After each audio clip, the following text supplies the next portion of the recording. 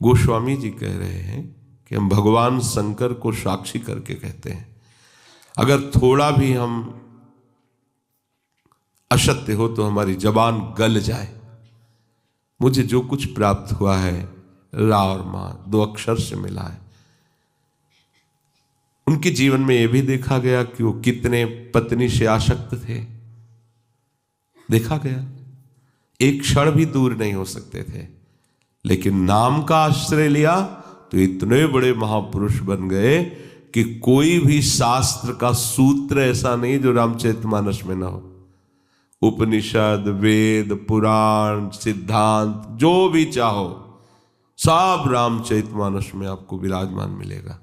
गीता के श्लोक और रामायण के दोहे चौपाई मिला लो। त्रिविधम नरकस्येदम द्वारम नाशनमात्मनः कामः क्रोधा तथा लोभा तस्मादेत्रयम् त्यजेत। काम क्रोध मद लोभ सब नाथ नरक के पंथ। सीधे टीका है उसकी, नाथ नरक के पंथ। अब आप विचार, सब शास्त्रों का कैसे प्रकट हुआ? पढ़ाई लिखाई से थोड़ी।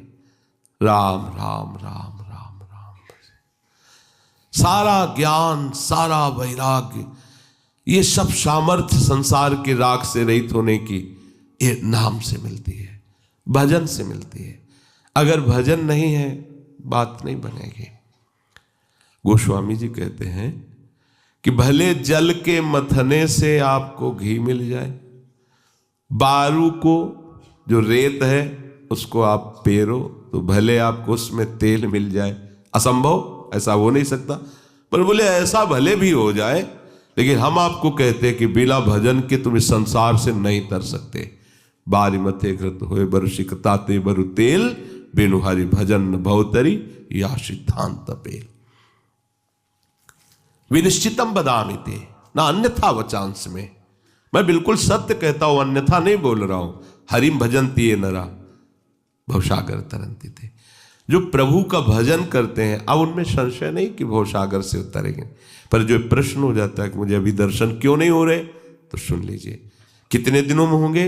वो बता रहे हैं कि ये बात कि इतने दिनों में हो जाएंगे, इतने महीनों में हो जाएंगे, इतने वर्षों में हो जाएंगे, ऐसी बात नहीं।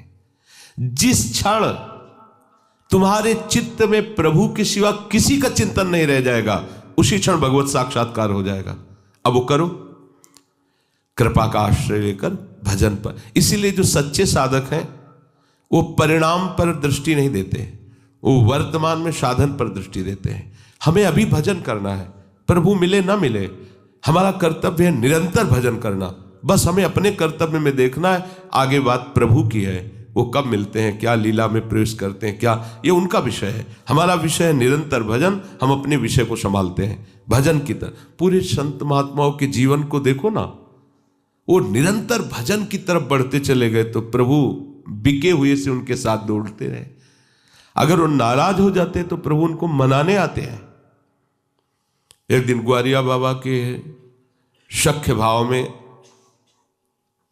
ऐसा भाव आया कि ये जब मेरे से बात नहीं करता, मेरे से मिलता नहीं, बचपन से इसको हमने अपना दोस्त माना, यार माना, बड़ा गुमानी है, इतना वर्षों हो गया भजन करते, ये भाव है।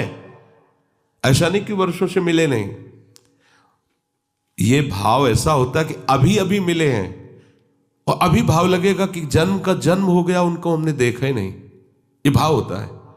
अरे गोद में बैठे हैं और भाव एकदम हुआ, चिल्ला चिल्ला के रोना प्रारंभ हो गया कि ऐसे कठोर निर्दयी हो कि आज तक हमसे मिले नहीं, और बैठे हैं वो उन्हीं की गोद में बैठे हैं।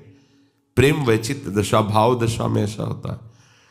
बाबा को लगा कि बड़ा निष्ठुर हमारा यार है, आज तक हमारे सामने नहीं आया, ठीक है, जा आज से तेरा भजन नहीं करेंगे, नहीं बुलाएंगे तेरे को, तेरी कोई बात भी नहीं करेंगे, बस।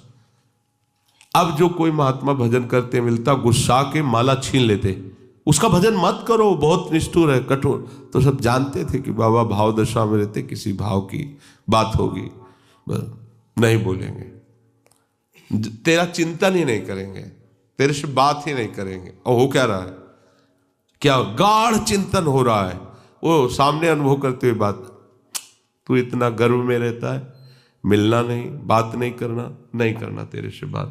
ऐसा शाम के समय इसी रमण रेती में बाबा जा पीछे से आए, ए ग्वारिया बाबा, ऐसे अमृतमयी वाणी अंदर से आया कि यार की आवाज लगती है। पीछे से मुड़ के देखा, नील मेघ कांत, ये वृंदावन धाम है, दिव्य चिदानंद धाम है, बड़े भाग्य हैं।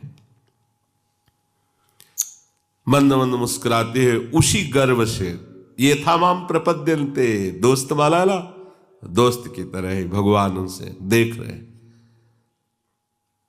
यार एकदम हृदय में आके दौड़ के गले लगाए, नहीं हमने तो सोचा था ना कि अब मिलेगा भी तो बात नहीं करेंगे। चल दिया, दौड़ के आया, पीछे से अचला पकड़ा है, हे सारे ग्वारिया, अब तो रहा नहीं गया एकदम, क्योंकि आनंद समुद्र है ना प्रभु, आंख में आंख मिली, अपने आप अश्रु टपक रहे हैं। बाबा एकदम हृदय से लगा, फिकर झटक के दूर, तुम इतने निष्ठुर हो कि हमें पूरा जीवन हो गया बुलाते हुए, तुम क्या गुस्सा करने पर ही आते हो क्या? तुम्हें मिलने की चाह नहीं होती? तो बोले हम तुमसे दूर कब हुए? प्रभु ने कहा हम तुमसे दूर कब हुए? दोनों हृदय से, अब जब तुम चाहोगे तब हमें देख लोगे। ये हमारी चित्तवृत्ति उनके लिए केवल तड़पने लगे, उनके सिवा और कोई नहीं, कोई अन्य चिंतन नहीं। आपको समझाना नहीं पड़ेगा, अपने आप सब समझ आ जाएगी। खास बात है, हर समय भजन परायण। हम देखते हैं इस बात पर ध्यान नहीं दिया जाता। ये शरीर राग इतना जहर है, तुम्हें कैसे बताएं, ये बहुत बड़ा जहर है। शरीर प्रियता बहुत बड़ा जहर है, इसमें मत फंसो, ये मार देगा, अनंत जन्मों की बात बिगाड़ देगा। पता नहीं किस योनि में जाना हो। आप जरा सोचो, थोड़ी सी सर्दी पड़ रही है, आप कैसे व्यवस्थित है, उन जीवों को सोचो जिनकी कोमल त्वचा है और कोई व्यवस्था नहीं है।